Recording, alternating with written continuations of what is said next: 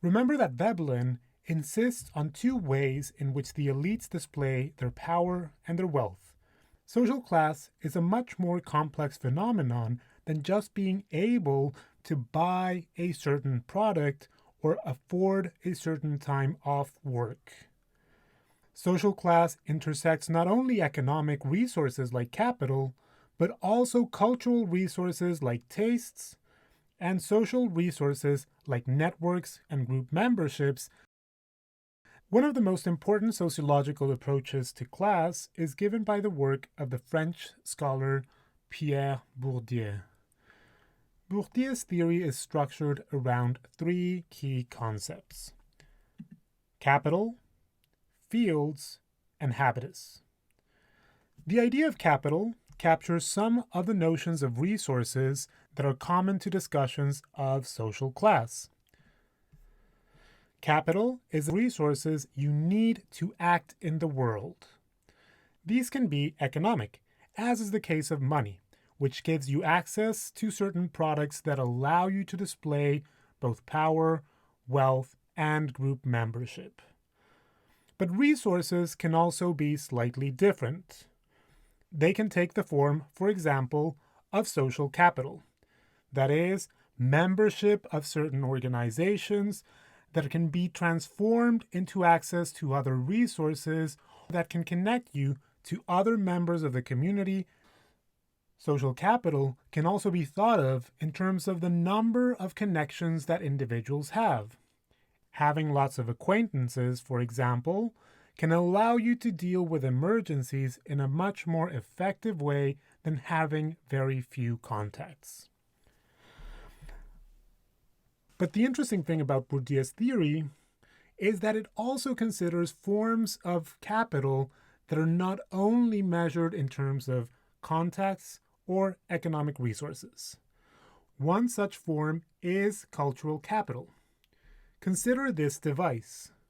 If I were to ask you, what is this for? You would probably say, as most people do, that it is a fork. This fork, however, is meant to be used for very specific types of food, seafood in particular. Knowledge about what this fork should be used on, as well as how to use this fork, is what constitutes cultural capital. Similarly, if I were to ask you what is wrong with this picture, you would probably say it's completely correct. However, this picture, a painting by de Kooning, is upside down. Knowledge about the correct form in which this painting should be presented is also a form of cultural capital. Cultural capital is an important way of creating classes and groups within society in connection to both economic and social capital. This is part of the key observation provided by Bourdieu's theory of social class. Social classes are not distinguished by a simple hierarchy from working class to the elites. Rather, they exist across a vast space that includes a number of professions with varying capital allocations. This does not mean, however, that social classes do not have some level of coherence. These capital endowments are often clustered in very significant ways. For example, secondary teachers may possess high levels of cultural capital but low endowments of economic capital.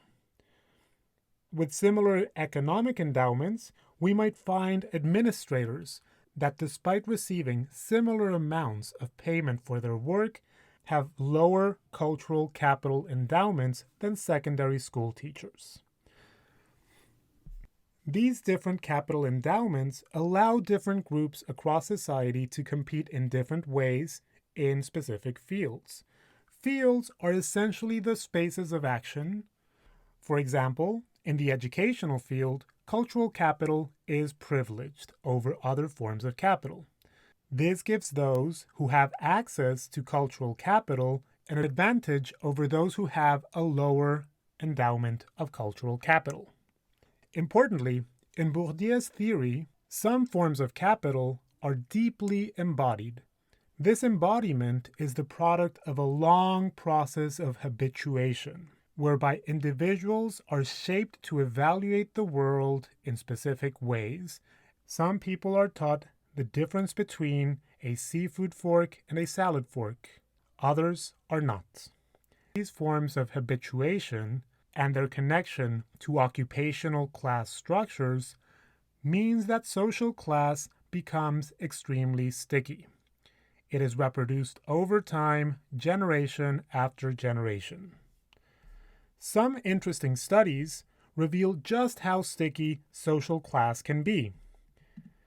A revealing study of surnames and social mobility in England from the 1200s to the 20th century by Clark and Cummins reveals that social status is more strongly inherited than even height.